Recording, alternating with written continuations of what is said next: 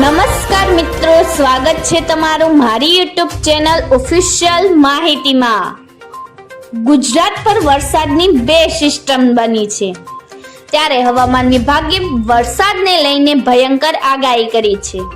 તો આના વિશેની સંપૂર્ણ માહિતી મેળવવા માટે અને ભારે વરસાદનો ખતરો ક્યાં સૌથી વધારે રહેશે, આના વિશેની સંપૂર્ણ માહિતી મેળવવા માટે આ વિડિયોને અંત સુધી જરૂર નિહાળજો અને હજુ સુધી મારી ચેનલને સબસ્ક્રાઇબ ના કરી હોય તો સબસ્ક્રાઇબ કરી લેજો।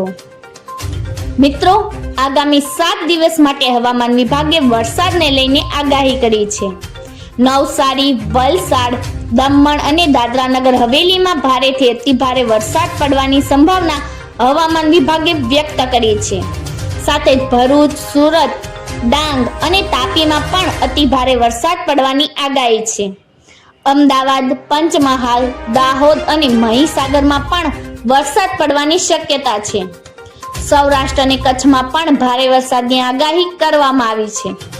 રાજ્યમાં વરસાદની હાલ 2 સિસ્ટમ સક્રિય હોવાનું હવામાન વિભાગે જણાવ્યું છે। વરસાદની પરિસ્થિતિ જોતા 5 દિવસ સુધી માછીમારોને દરિયો ન ખેડવાનું સૂચન પણ આપવામાં આવ્યું છે। 24 જુલાઈની વાત કરીએ તો દ્વારકા, પોરબંદર, જૂનાગઢ, ગીર સોમનાથ, નવસારી, વલસાડ, દમણ અને દાદરાનગર હવેલીમાં રેડ એલર્ટ જાહેર કરાયું છે। સાથે જ રાજકોટ, જામનગર, મોરબી, ભાવનગર, અમરેલી, ભરૂચ, સુરત, તાપી અને ડાંગમાં પણ ઓરેન્જ એલર્ટ જાહેર કરાયું છે।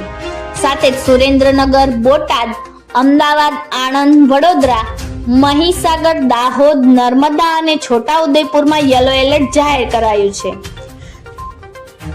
સાથે 25 જુલાઈએ અમરેલી, ગીર સોમનાથ, વલસાડ, દમણ, દાદરાનગર હવેલીમાં રેડ એલર્ટ જાહેર છે, જ્યારે જૂનાગઢ, રાજકોટ, ભાવનગર, સુરત, તાપી અને ડાંગમાં ઓરેન્જ એલર્ટ જાહેર કરાયું છે અને ભરૂચ, નર્મદા, બોટાદ, દ્વારકા અને પોરબંદરમાં યલો એલર્ટ જાહેર કરાયું છે।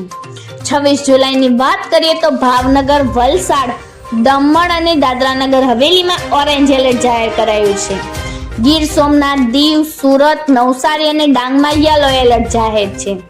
27 જુલાઈએ અમરેલી, ભાવનગર, વલસાડ અને દાદરાનગર હવેલીમાં છૂટાછવાયા સ્થળોએ ભારેથી અતિ ભારે વરસાદની સંભાવના છે। સાથે ગીર સોમનાથ, સુરત, નવસારી અને ડાંગમાં ભારે વરસાદની આગાહી છે। આ સિવાય પણ રાજ્યના અન્ય જિલ્લાઓમાં કોઈ આગાહી નથી।